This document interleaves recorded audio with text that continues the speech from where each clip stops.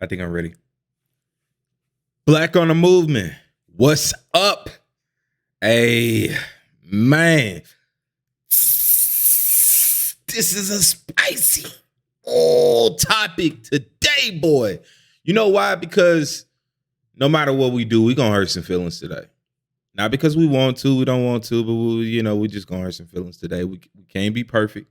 And today we're talking about a very sensitive, touchy subject. The only reason why we're talking about it is because it impacts we live with, and it's a part of our community. Welcome back to the Black Honor Movement. Hit that like button, hit that share button, subscribe to the channel if you're not already.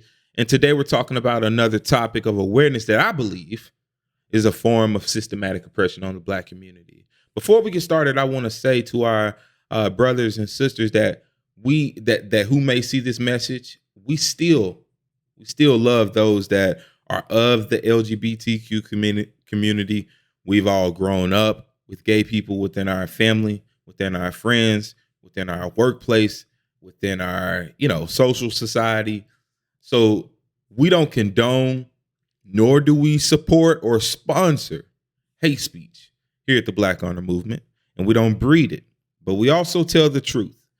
And there is a lot of publishing. There's a lot of agenda-based driven content geared towards our people. And that's the only reason why we're talking about this today. But again, the truth is we all peacefully have interacted with the gay population. Our entire life. I've never had a person of that community say anything negative about me or their interactions with me. So hopefully most people hopefully everyone viewing this channel, let me make sure I say the right words. Hopefully everyone that is viewing this channel doesn't have, any hatred in their heart towards the topic that we're talking about today. But just as we've always protected, the well-being of those that fit that community standards, we also want to protect our families. We also want to protect our children in particular to some of the, again, agenda-driven, geared towards children-based content that is floating around our community. And today we're talking about that, right? I'm a firm believer that if you strip the Black population, particularly a Black man, of his history, his tribal nature, and break him hard enough, like we've seen throughout society and time again, that any image you put in front of him, he'll become it. If you put success within the Black community amongst only basketball players, rappers, what do young Black men want to become? Drug dealers, what do young Black men want to become? If you push that the only way to be accepted amongst society is to become gay, what will a young Black man want to become? What will he believe about himself based off how you gear so much advertisement towards him? And that's what we're talking about. And to be honest with you, this was done to almost every Black man that you know today.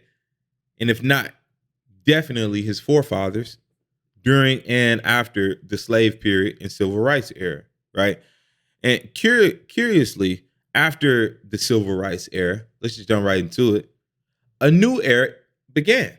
A new era manifested itself. University of Washington libraries, when we take a look at the Gay Manifesto, this was written by Carl Whitman, right? In 1971, Carl Whitman wrote a Gay Manifesto, which printed on the 22nd of December, 1970 in San Francisco and all around the U.S. in 1971. The article became a guide to gay activism and the gay lifestyle and was used in particularly by the Gay Liberation Front. All right, so let's dive deeper into what we're taking a look at here. Again, we're taking a look at the Gay Manifesto written by Carl Whitman, right? So before we read a little bit more, I want to take a look at what I found on Carl Whitman, just a little background research. So between 1943 and 1986 is when he lived. Seemed like he died a young man. He was born and raised in New Jersey. He attended Swarthmore College, where he became involved in civil rights movement. So the civil rights movement. All right.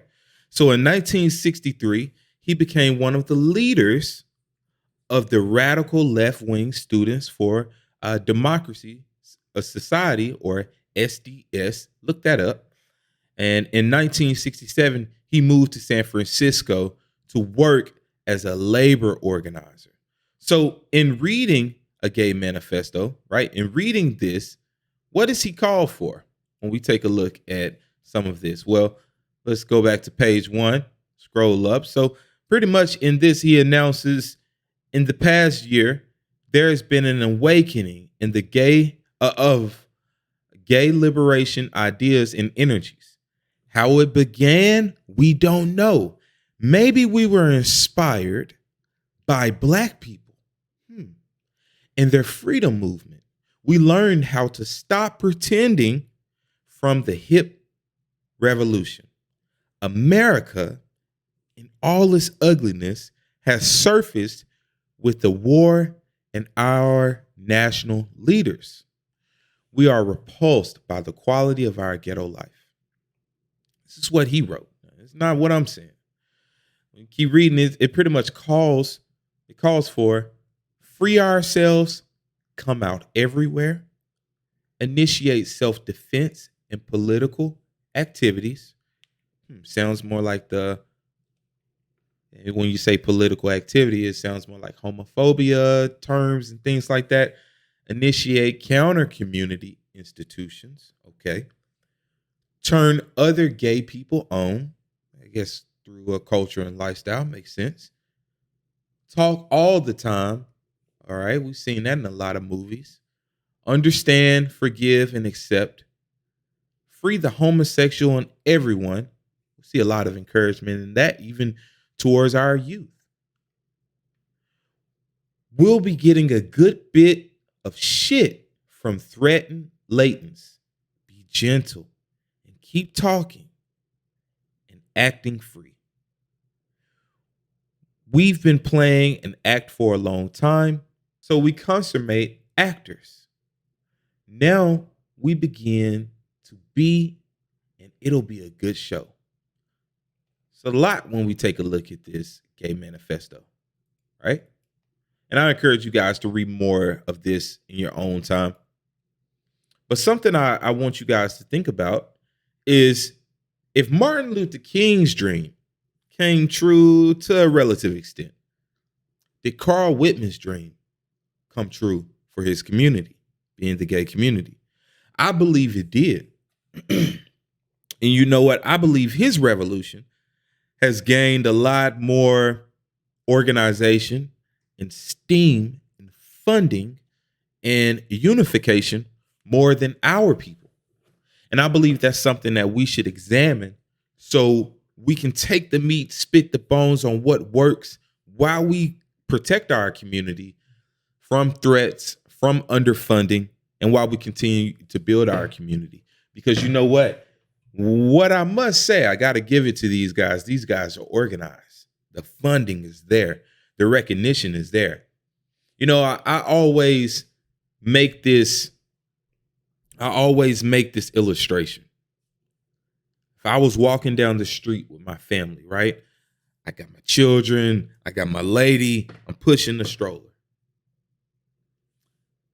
A man in a wig with some high heels on walks past us at the park.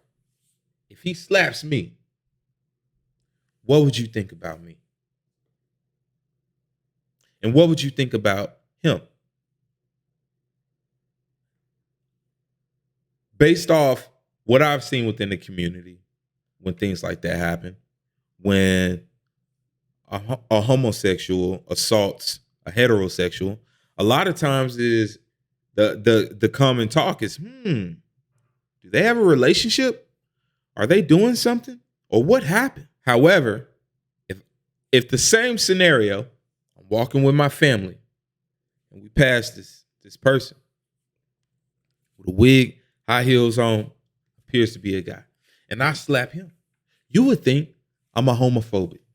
You would protect his rights. I'd probably be in jail. But I personally, based off what I've seen within society, I don't think that would be so much so as if he did that to me. So I feel like, yeah, all communities, all subgroups of communities should be protected. However, what I feel like the most unprotected community is the nuclear black family. And that's a problem. But again, I ask you a very simple question. If you feel like Martin Luther King's dream came true, do you feel like Carl Whitman's dream came true?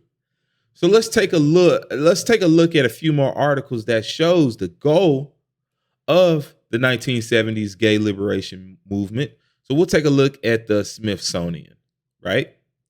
So the Smithsonian here, it says how gay activists challenged the politics of civility. Now, they really did. That's really true. So from pot throwing, shouting down public figures, these groups disturb the establishment to effect change. It's so true. That's so true. All right, so obviously, look, they're unified just as we've seen the civil rights movement, right? But we saw within the gay manifesto that Carl Whitman wrote pretty much, I don't know what it was that inspired us. Maybe we were inspired by black people and their freedom movement. So yeah, this is an article from the Smithsonian. I'm going to link it down below so you guys can take, home some more homework on the influence that we have here. Now, when we take a look at, let's take a look at this one. The National Endowment for the Humanities. Now, this one says writing gay history. Here's another one that we've seen. Now, we're building up to something here. Now, what we've seen from the Smithsonian is obviously gay activists, they challenge the politics for civility, blah, blah, blah, things like this, writing gay history. But eventually, we move towards systems of funding, right? So one thing that I noticed, I never heard of until I became a teenager, and it was emancipation. Like, oh, you can emancipate yourself from your parents. Like, dang, I didn't know that was possible. But what I didn't know is a lot of this, right? A lot of this came from the gay liberation movement itself. Now, within the gay liberation movement, demands remains years later, right? We've seen the demands of the gay liberation movement years later, right? Most are still legible in today's political discourse, right? The group sought to end U.S. imperialism. They sought to prevent discrimination based off sexuality. We still see that. And abolish the police. We see that. This came from the gay liberation movement of the 1970s, the abolition of the police. Not necessarily from the civil rights movement. No one in the civil rights movement was just trying to abolish the police. We didn't talk about that because black people understand the importance of the police within the community, especially with things like KKK and gangs and drugs infestation. Not all cops are bad cops. Just like not all black people are bad people. Not all white people are bad people. Not all Asians are bad people. There are good people amongst all of us. There are bad people amongst all of us. But systems are in place that were traditionally meant to protect us that people do abuse, and justice should always be sought out. But at the same time, you're not going to call a criminal if somebody breaks into your house. If somebody's threatening to take your life. You're going to run, hide, or fight, and you're going to try to get some help, right? So the abolition of the police did not come from our movement, right? But also what we're seeing is rearing children should be the common responsibility of the whole community. And that's pretty much what the gay liberation movement preached. It said rearing children should be the common responsibility of the whole community. Any legal rights parents have over their children should be dissolved, and each child should be free to choose its own destiny. This is kind of where this emancipation idea came from. So free 24-hour child care centers should be established where lesbians and gays can share the responsibility of rearing children. Also, since at least the 18th century, there was a robust debate around the nature of childhood. Not necessarily only within the gay liberation movement, but we saw steam amongst this ideology take place within the 18th century. That what is the nature of children, of childhood? While questions whether or not children are innately good, suitable for open market labor, things like that, or in need of standardized education. All of these things have been polarized opinions over the centuries. Not necessarily my opinions, but yeah, people have often wondered, like, should we try a child as an adult or as a child? Is a child innately good, or are they aware? Child labor laws. It's always been an idea of what children are capable of.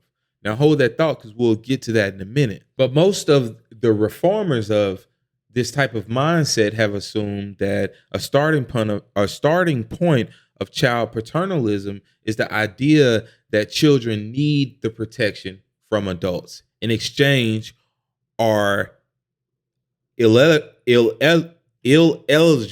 I don't know why I can't say that right now. It's a tongue twister right now.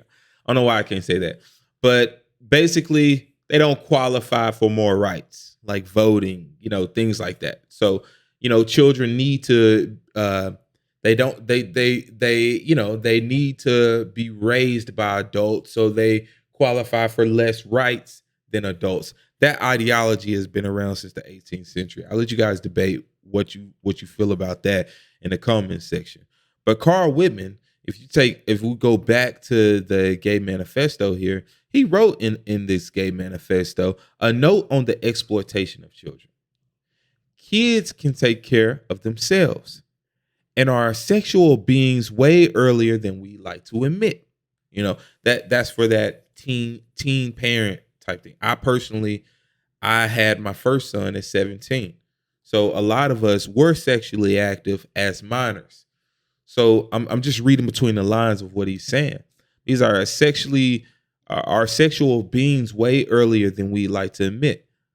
Those of us who began cruising in early adolescence know this. And we are doing the cruising, not being debauched by dirty old men. As for the child M, adults that violate children, the overwhelming amount is done by straight guys to underage girls. It is not particularly a gay problem. It is caused by the frustrations resulting from anti-sex puritanism.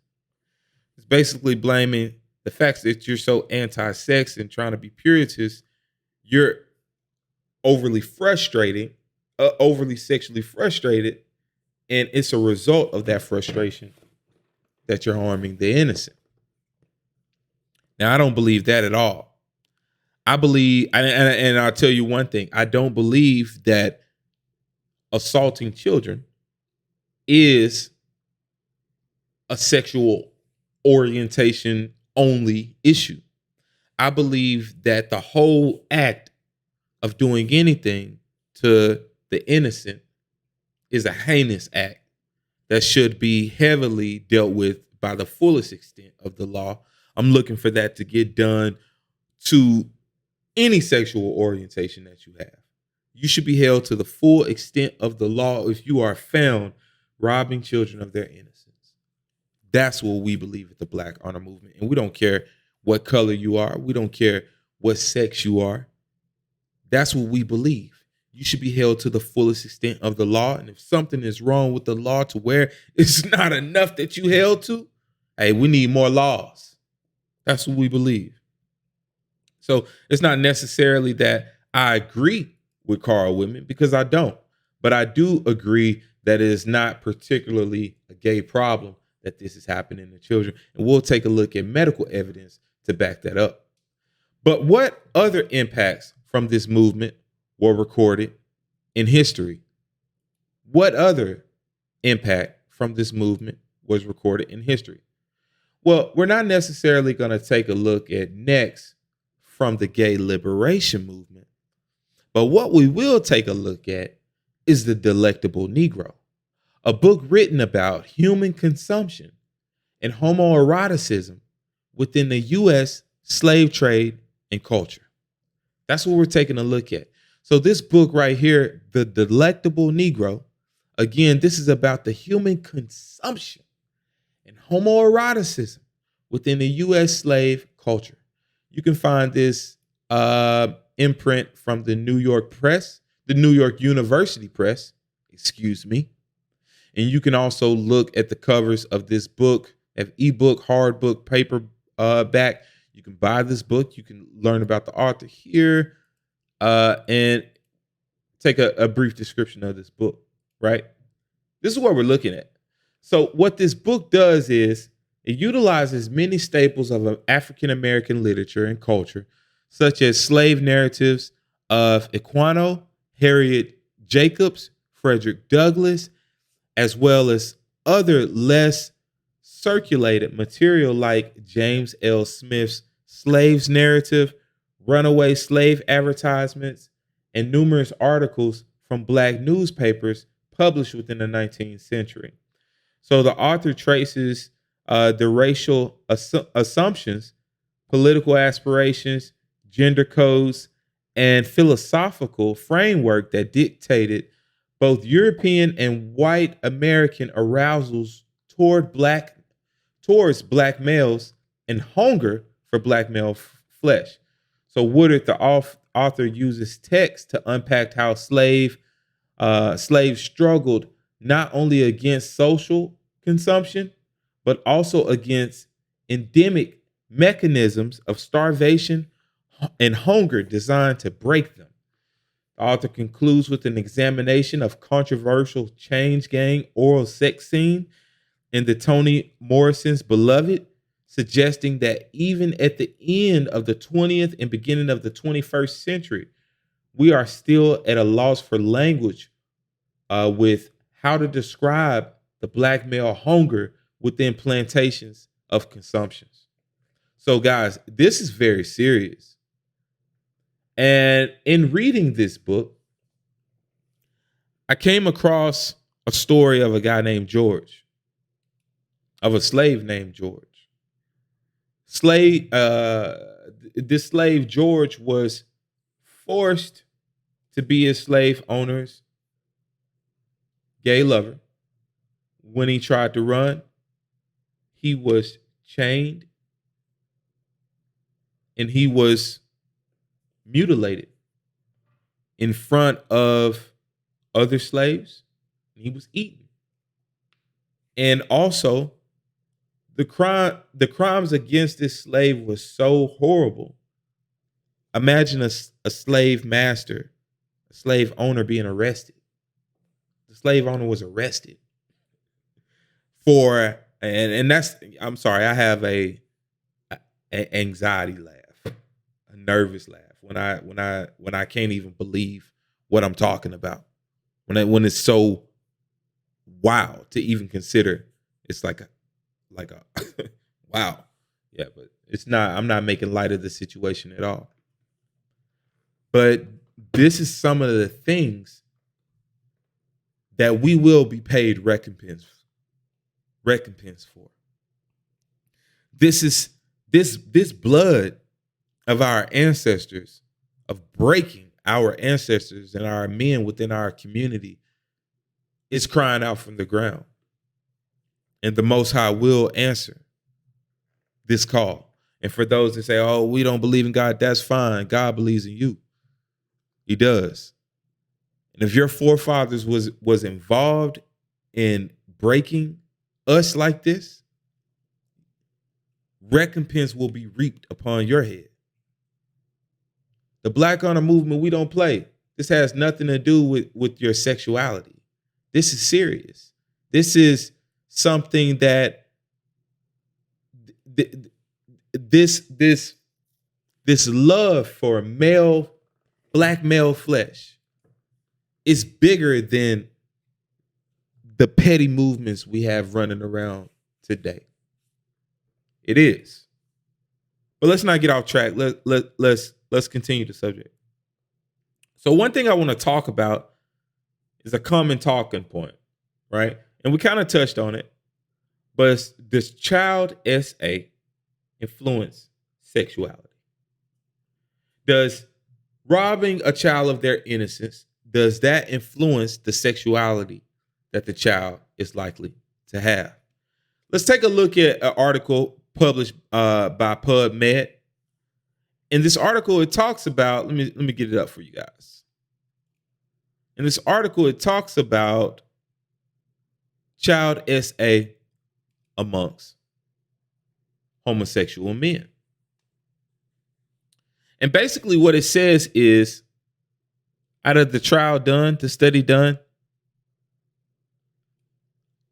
only 35.5 reported being sexually abused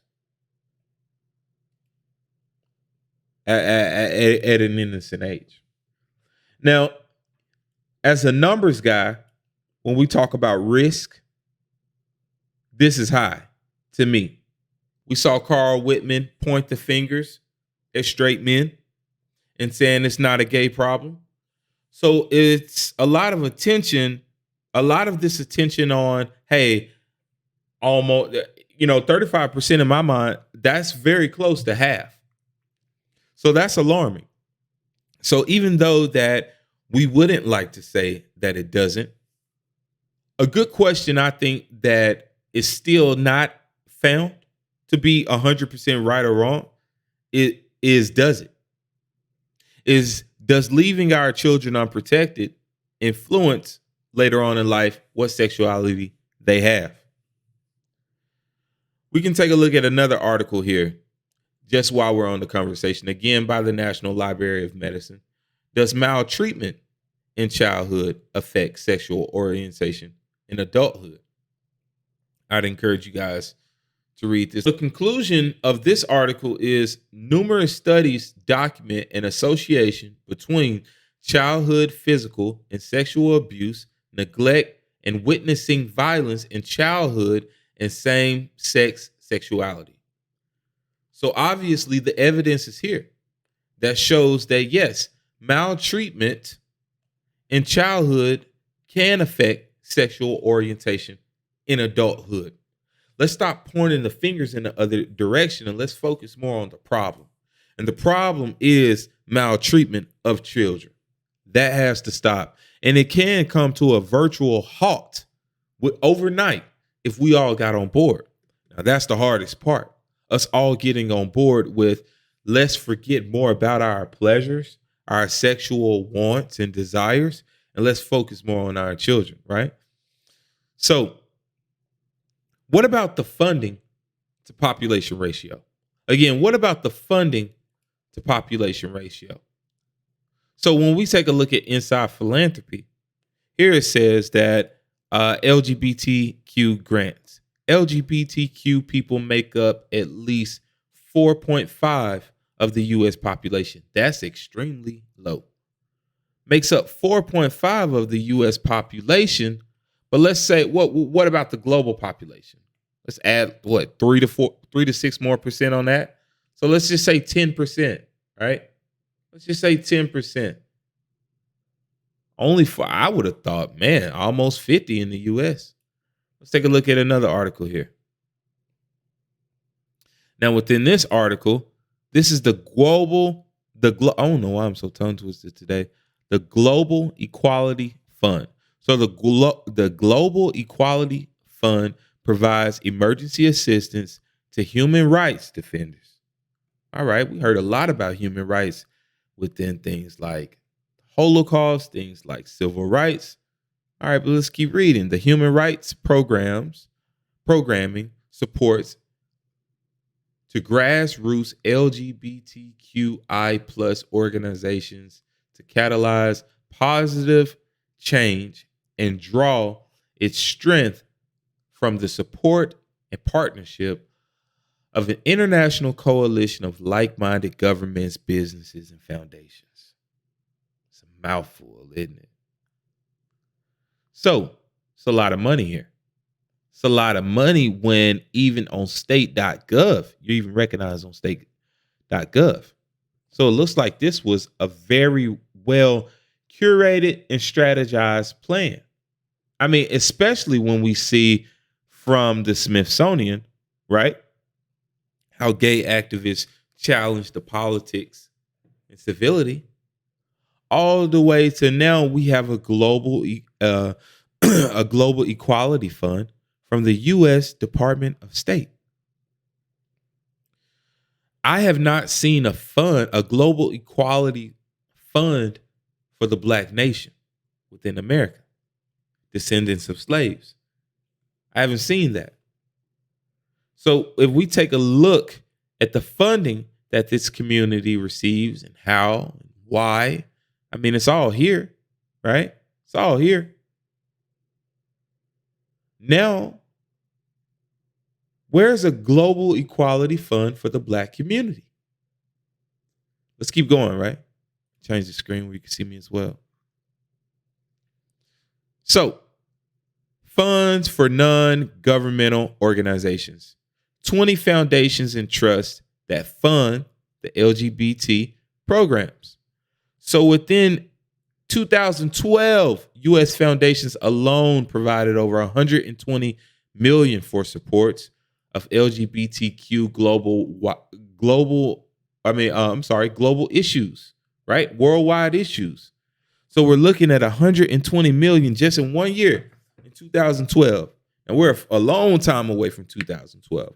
And we'll get to a lot of this agenda-based content that we're seeing now. But wow. Take a look at childwelfare.gov, advocacy and support organizations for LGBTQ communities. Now, we were speaking about protecting children. Listen, the lines have been blurred. We are, if this was a battlefield, the lines are blurred right now. So in order to save the innocent, I believe as a parent, we do have to have systems in place that protect all children, regardless of sexual orientation. What do kids know about sex? Come on now. Come on now. What do kids know about sex? But at the same time, we still need to protect them, right?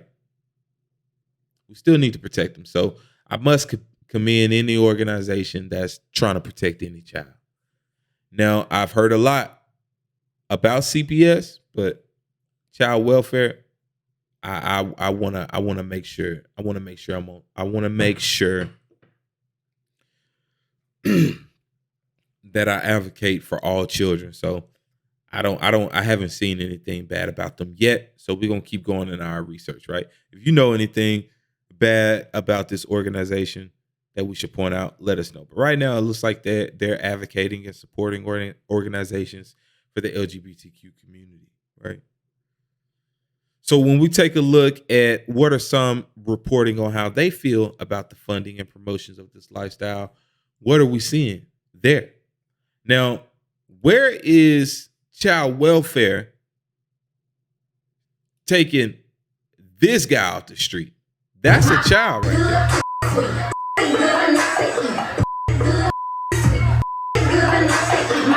I can't believe what I'm watching.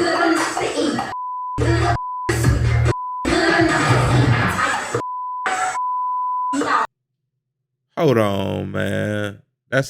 Look at these people's face. Look at these people. Look at this girl. These people right here don't like that. But you know what's disturbing? This black woman right here is recording and dancing to this. My mother would have jumped up and said, don't you rap about your P word being, are you hearing this?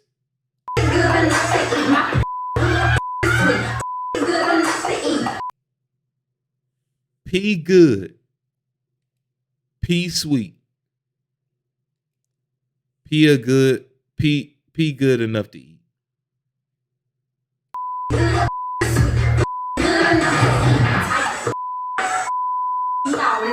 Oh man. I can't get my channel struck over that.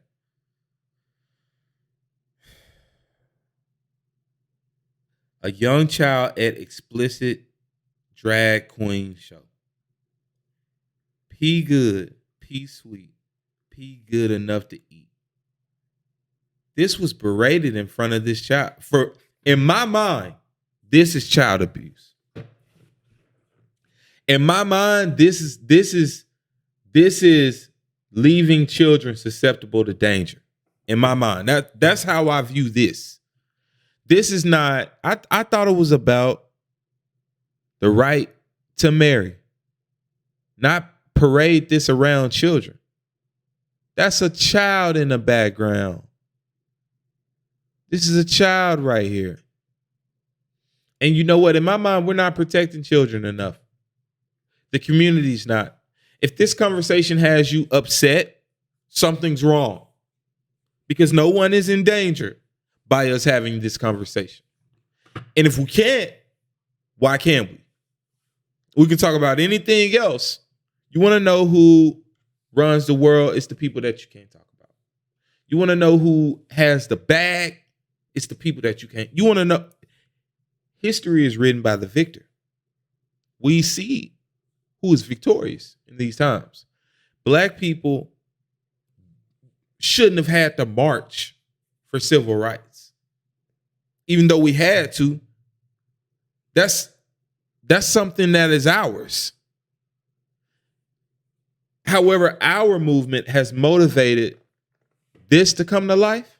Is this what I'm being told? Is this what I have to understand? This is what I have to allow? I don't think so. I don't think so. Now, I want to take a look at something else. Something else that's disturbing. Let's take a look at this. Now, this is for everybody that goes with pronouns. I must tell you, I will never tell you I'm a he, him, his. I don't know. No, I'm not telling you that. We're moving too fast into society to where, you can tell I'm a male. And you can Google what pronouns you should use to describe me if you need a dictionary. Let's take a look at this. Hi, my name's Jasper. I use they, it pronouns. Hi. Now, they, it pronouns. Okay. But where does this get out of line? Because there was a time to where if someone's, hold on, let's just look at this. Hi, my name is Liana. I use they, demon pronouns.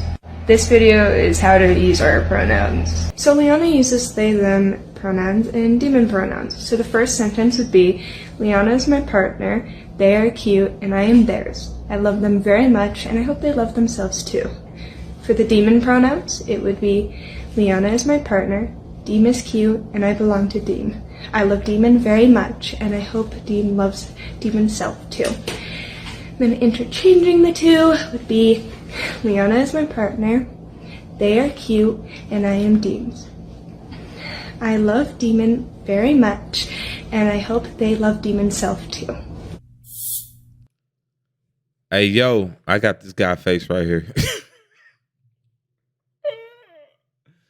Hey, yo, I'm not finna play that game with you, man. I'm not finna play that game with you. I mean, because here's the thing. There was a time if someone said that they were multiple people within inside of them, we would simply call this multiple personality disorder, right? If we told someone there was another person or a voice inside of us speaking through us, people would once question if we were schizophrenic, possessed, whatever. So we have someone here that identifies as demon. I love the demon very much. Demons, I hope demon loves itself much. I'm not finna do that with you. Did we go from this to this? Not we, but did you go from this? Let me say that again. Did you go from this to this.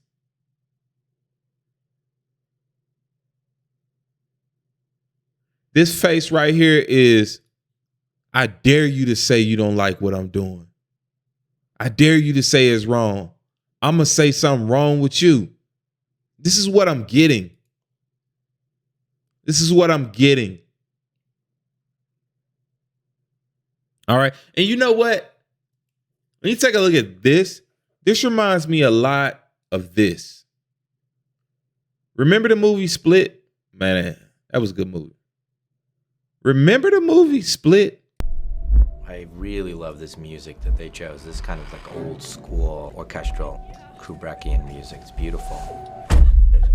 This is the kind of urban nightmare that, you know. Reminds me a lot of Split, right? Because in Split, if this is the, yeah. All right. So he was meeting with the therapist in Split, right? He had his I'm therapist. obsessed with these therapy sessions, and you know, I'm probably one of the things I might have wanted to be as a therapist. Did something Right? So he was meeting with his therapist. All right, so let me take a look at this real quick, because it's interesting how close the connection is with these different personalities. Right. So Split was released in 2016. It was a movie about three girls kidnapped by a man with a diagnosed 23 distinct personalities. They must try to escape before the parent emerges as the frightful new 24th personality. And he was calling himself the Beast. He was a woman in here. He was a kid. multiple personalities can change their body chemistry with their thoughts. This is Personalities Hold can on, change hold on, bro. She said, did she say what we talking about? Hold on. An individual with multiple personalities can change their body chemistry with their thoughts. this is Hold on, bro. They are cute, and I am theirs. I love them very much, and I hope they love themselves too. For the demon pronouns, it would be Liana is my partner, Deem is cute, and I belong to Deem. I love. Hi, my name is Liana. I use they demon pronouns. This video is how to use our pronouns. So Liana. I'm sorry. I don't need any help describing you. All right? I don't need any help describing what's going on within the community right now. So as you can see, my friends, we've come a long way. We've come a long way from 4% of the U.S. population to this. We've come a long way, right? So notice this guy right here in Split, he believed he was a woman, a young lady, a male boy, and a beast. He was also meeting with a therapist. And that made me remember an article, if I got it in here, which is a flashback to 1973. The APA removed homosexuality from the list of mental illnesses. Right? Note that multiple personality disorder is still considered a mental illness. And we now have people speaking of themselves. I'm gonna use this. This video is how to. In third person. You know. it's amazing. An individual with multiple personalities can change their body chemistry with their thoughts. This is the thing that really interests me, how powerful the mind is. My heart beating fast. You know why? 'Cause that movie gave me chills. And it's true. It's very interesting how the mind is. The mind is an interesting place to get stuck in. Okay? The mind is an interesting place to get stuck Watching, in. all of the classics, they have been a huge, informative part of my life. But at the same time, I worked at small studios most of my career, and I'd heard, you hear whispers. I'd heard things like, oh, they won't let you show this at a Disney show. And I'm like, okay. So I was a little sus when I started. But then my experience was bafflingly the opposite. I want to know real quick before we keep diving into this video that this is a black woman. All skin folk ain't kinfolk, and you're going to see why. But this is a black woman.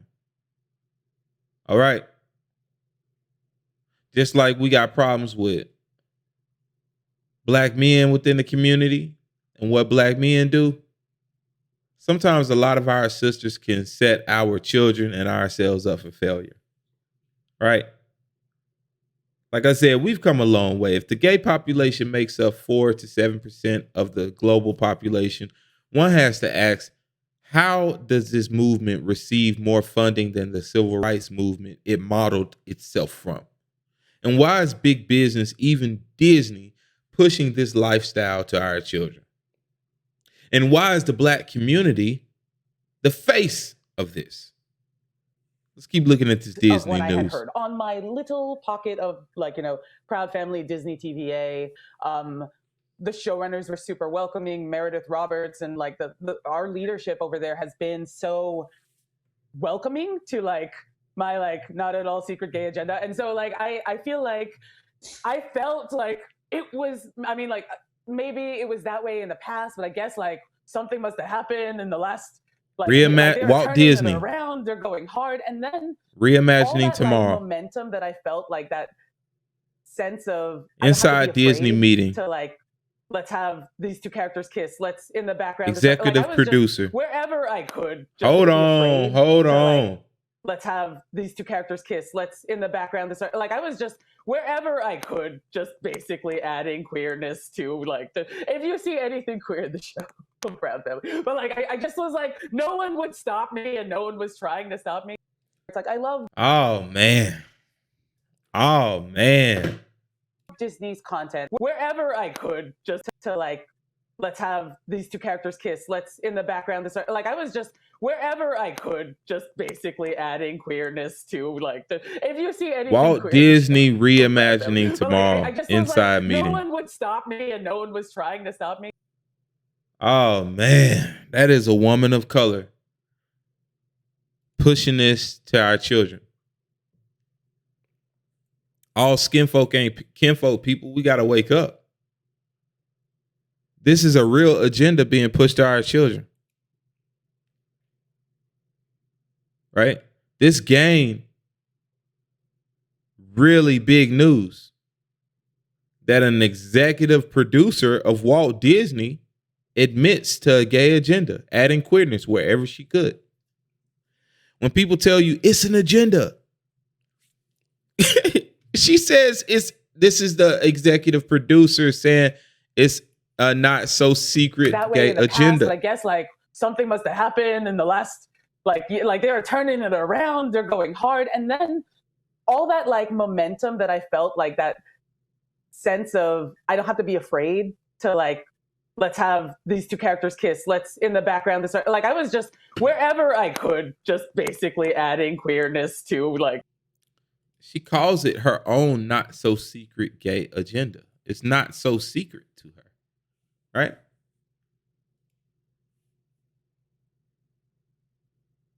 Superman's son comes out as bisexual in a new comic book. You mean you wrote it? He didn't come out as anything. You wrote it? You wrote it in a new comic book. It's a big deal, sort of, right?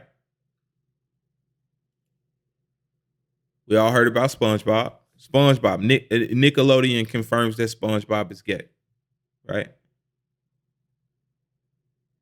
So obviously they have been, look at this. This is not child appropriate. I never saw this in there. This is not child appropriate.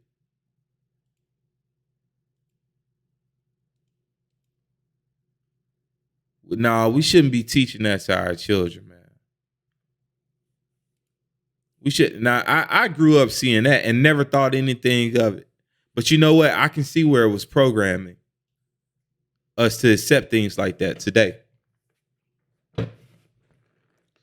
Somebody right here says, don't forget the soap joke. Wow. Wow, man, this is exhausting. It's exhausting.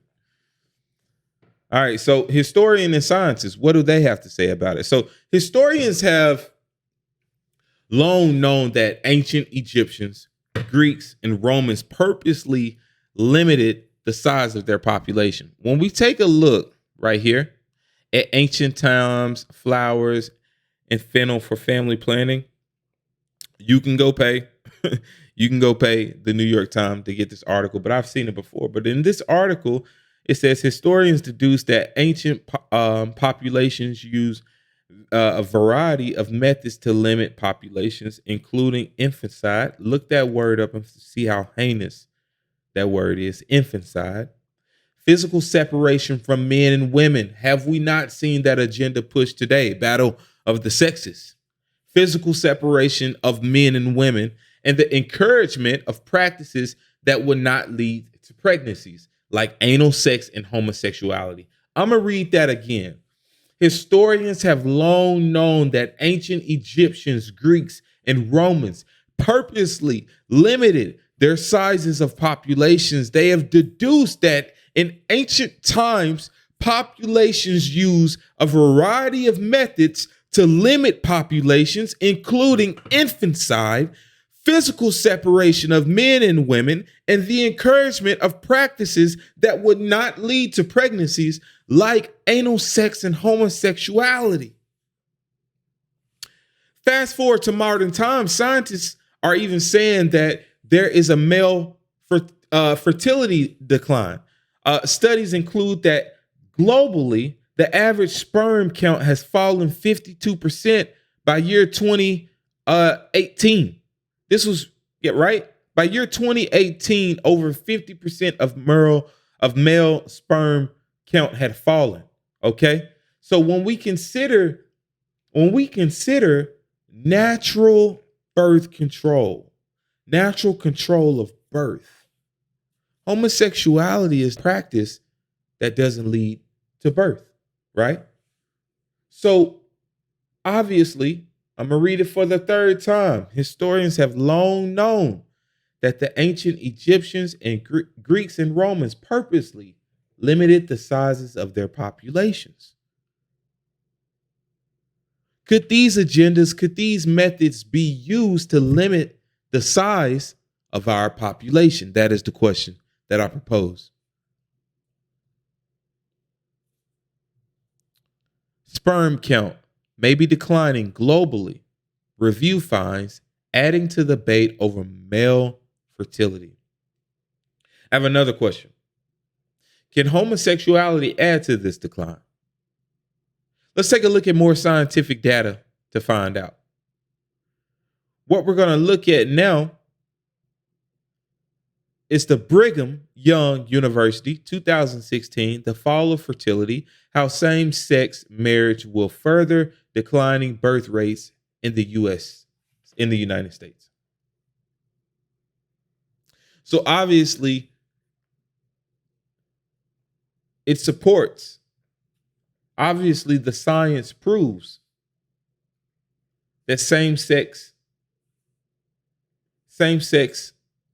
marriage will further declining birth rates. And here's the thing. If that's what you want to do it. I have nothing to do with that.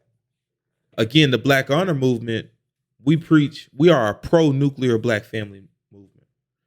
We're not a pro-limiting our birth rate movement. We're a pro-nuclear Black family movement. That's what we are. You don't like that, you're not meant to be here. But what I want to show my friends, my family, is history is repeating itself. History is definitely repeating itself, right?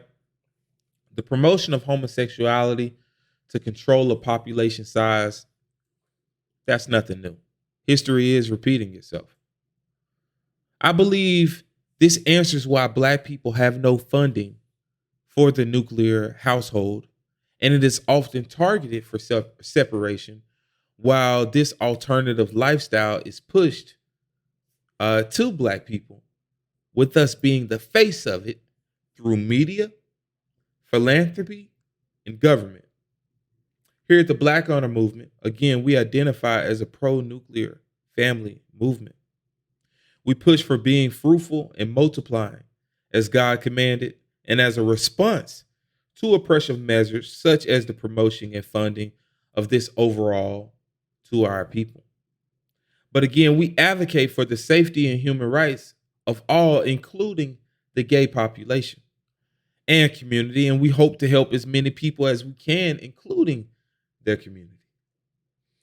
And also, we want to simply raise awareness to who and why this agenda is being forced on our community and our children and the dangers it brings. So again, welcome to the Black Honor Movement.